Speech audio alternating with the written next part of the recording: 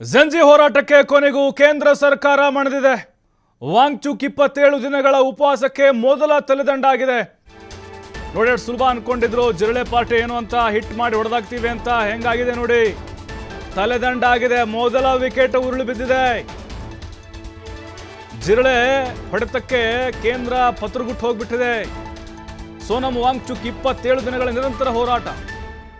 CJP Jantar Mantar ಹೋರಾಟಕ್ಕೆ ಸಚಿವರ ರಾಜೀನಾಮೆ ಆಗಿದೆ. ಕೇಂದ್ರ ಶಿಕ್ಷಣ ಸಚಿವ ಸ್ಥಾನಕ್ಕೆ ಧರ್ಮೇಂದ್ರ ಪ್ರಧಾನ್ ರಿಸೈನ್ ಮಾಡಿದ್ದಾರೆ. ಪ್ರಧಾನಿ ನರೇಂದ್ರ ಮೋದಿಗೆ ರಾಜೀನಾಮೆ ಸಲ್ಲಿಸಿದ್ದಾರೆ. ಪ್ರಧಾನ್ ಅವರು ರಾಜೀನಾಮೆ ಕೊಡೋದೇ ಇಲ್ಲ, ಬಿಗಿಪಟ್ಟನ್ನು ಹಿಡಿದಿದ್ದಾರೆ, ತಪ್ಪೇ ಮಾಡಿಲ್ಲ, ಅಧಿಕಾರಿಗಳು ತಪ್ಪು ಮಾಡಿದ್ರೆ ಸಚಿವರು ಹೆಂಗೆ ರಾಜೀನಾಮೆ ಕೊಡೋಕ್ಕಾಗತ್ತೆ, ಬೇರೆ ಬೇರೆ ಸರ್ಕಾರಗಳಿದ್ದಾಗ ಹಿಂಗೆ ಆಗೈತೆ ಅಂತ ಕೆಲವು ಪ್ರಶ್ನೆ ಮಾಡ್ತಾ ಇದ್ರು. ಬಟ್ ನೈತಿಕತೆ ಅನ್ನೋದೊಂದು ಬರುತ್ತೆ ಇಲ್ಲಿ. ಅವರ ಇಲಾಖೆಯಲ್ಲಿ ಆಗುವಂಥ ಅದು 22 ವಿದ್ಯಾರ್ಥಿಗಳ ಒಂದು ಸಾವಾಗಿದೆ, ಅಮಾಯಕರ ಸಾವಾಗಿದೆ. ಅವ್ರ ಸಾವಿಗೆ ನ್ಯಾಯ ಬೇಡವಾ?